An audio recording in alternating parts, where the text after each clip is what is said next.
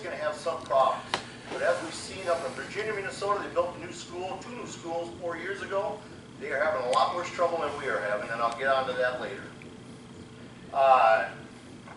One of the things that started all this commotion was the test and balance report that was done. It was done by a company called Test and Balance Associates for Johnson Controls. And what they did was they came in, evaluated a bunch of the air handling units and the airflow in the high school, and they do it with a meter called an air data meter. And it tells you if the air infiltration or air problems in the room is good or bad. And a lot of what come back failed. And when the report was done, we got a copy of that report. And I think it was 45 pages. The report was for the test and balance. And what we did was we took that report. I looked up one of our one of the guys that we used to use when building schools. It's in the heating and air conditioning business for commercial buildings and schools.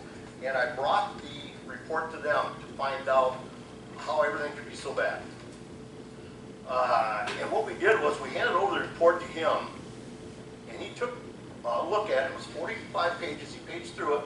He took a look at it and handed it back to me about 30 seconds later.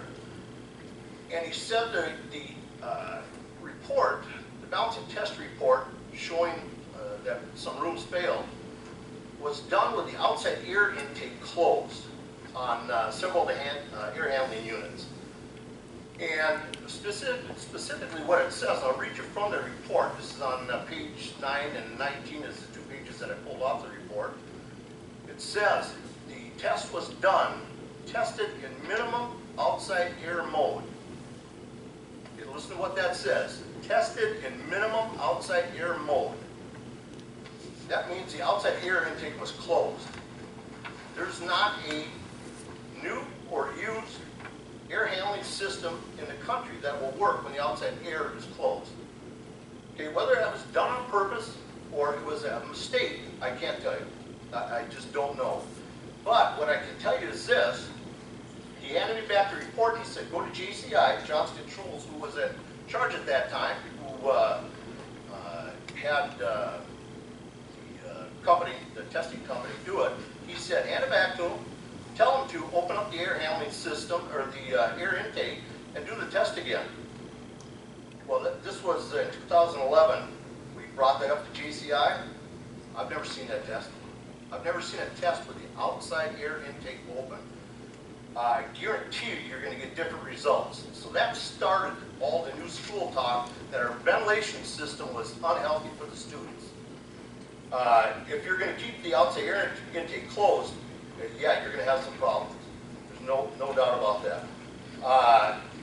I've never seen that report. If it's around, somebody please give it to me. I'd love to see that.